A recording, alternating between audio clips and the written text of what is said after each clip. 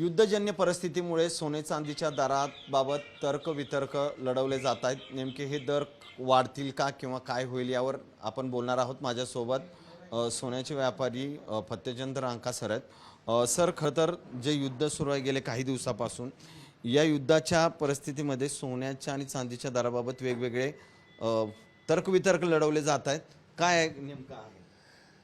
युद्ध सुरू झाल्यापासून म्हणजे पहिल्या दिवसापासून सोन्याच्या भावात उसळी झाली आणि चांदीच्या भावातही एकदम अचानकपणे वाढले आणि बाजारामध्ये माल मिळेल असं झालं. बुलियन म्हणजे प्रायमरी गोल्ड दागिने तर मिळतात, परंतु हे जसं युद्ध सुरू झालं आणि जशी त्याची डेन्सिटी वाढत गेली, म्हणजे युद्धाचं प्रमाण वाढत गेलं, तसं एअर स्पेस बंद झाली आणि सगळी विमानं रद्द झाली. त्यामुळे माल येणं एक ज्या कंट्रीमधनं, साऊथ आफ्रिका असो, अखाती असो, युरोप असो, अमेरिका असो, चायना असो, सगळं बंद झालं.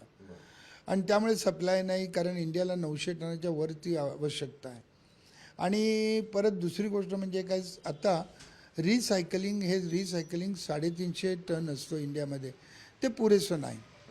त्यामुळे या भावात माल सप्लाय नाही आणि त्यामुळे भावात जी वाढ झाली आहे ती झालेली आहे. आणि जोपर्यंत युद्ध थांबत नाही त्याच्यावर भाव कमी येतील असं काही वाटत नाही.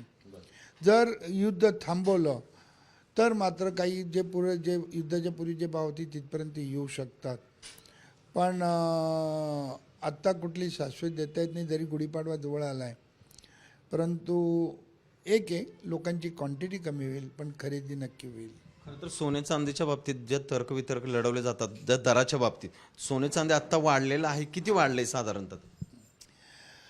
सोनं चांदी जे काही वाढले ना, पहिल्या दिवशी ज्या दिवशी युद्ध व्हायच्या नंतर लगेच ताबडतोब 10-15 हजार रुपये तोळ्याला वाढले. चांदी वाढली 30-40 हजार रुपयाने. हा युद्ध एक कारण झालं, एअरस्पेस बंद. परंतु जे युद्धाचा आधीपासनं म्हणजे आपण म्हणतो ना की ढग आकाशात फिरतात, तसे युद्धाचे वातावरण फिरायला लागलं होतं. सगळ्या सेंट्रल बँकांनी सोनं खरेदी केलं, कारण त्यांना डॉलरवर भरोसा नव्हता, डॉलरचा रेट कमी होऊ शकतो म्हणून त्यांनी सोनं खरेदी केलं. चायनाने मोठ्या प्रमाणात केलं आणि युद्धजन्य परिस्थिती झाल्यामुळे सगळ्या कंट्रीजनी त्यांची करन्सी युद्धाच्या वेळी कामाला नाही म्हणून त्यांनी सोनं खरेदी केलं. त्यामुळे काय झालं, डिमांड जास्ती आणि सप्लाय कमी, आणि त्यामुळे तो एक फरक मोठा पडलेला आहे. ज्या दिवशी हे युद्धजन्य परिस्थिती कमी होईल, बँका खरेदी करणं बंद करतील, कंट्रीज बंद करतील, तर सोन्याचे भाव कमी होऊ शकतात. म्हणजे युद्धाचा परिणाम साहजिकच याच्यावर खूप मोठ्या प्रमाणात झालेला आहे. त्या युद्धाचा परिणाम भावावर झाला, त्याचप्रमाणे बिझनेसवरही झाला आहे. हा बिझनेसवर ऑल इंडिया लेवलला माझ्याकडे जे काही फोन येतात त्याच्यावरनं आज बिझनेस जवळजवळ 30% येऊन पोचला या युद्धजन्याच्या परिस्थितीमुळे आणि भावामुळे. कारण लोकांना अजून आता तर काय ऑफ सीझन आहे, सीझन आता गुढीपाडव्यानंतर सुरू होईल. लोक अजून वेट अँड वॉचच्या स्थितीमध्ये आहेत. त्यामुळे या बिझनेस जरी वाढायचा असेल तर गुढीपाडव्यानंतरच हा बिझनेस वाढेल. गुढीपाडवा असेल किंवा आता लग्नसराई आहे त्याच्यावर खरं तर याचा सगळा परिणाम होणार आहे. हा, युद्ध चालू राहिलं तर म्हणजे सोन्याच्या विक्रीवर तर नक्कीच परिणाम होईल. पण एक आहे की क्वांटिटी कमी होईल पण तो अमाऊंट तीच राहील, त्यामुळे तो काही प्रश्न येणार नाही. आणि दुसरी गोष्ट, त्यानंतर अक्षय तृतीया पण मोठा सण आहे आणि लग्नसराई. आपल्या भारतामध्ये एक लक्षात ठेवा की सोन्याला महत्त्व आहे, रिलिजियस महत्त्व आहे. लग्नात मुलीलासुद्धा सगळे दागिने लागतात. त्यामुळे भारतात तरी या काळामध्ये व्यवसायावर फारसा परिणाम होणार नाही, फक्त क्वांटिटी कमी होईल पण अमाऊंट एखाद वेळेला त्याच्यापेक्षा जास्त येईल. म्हणजे दर वाढतेच राहतील.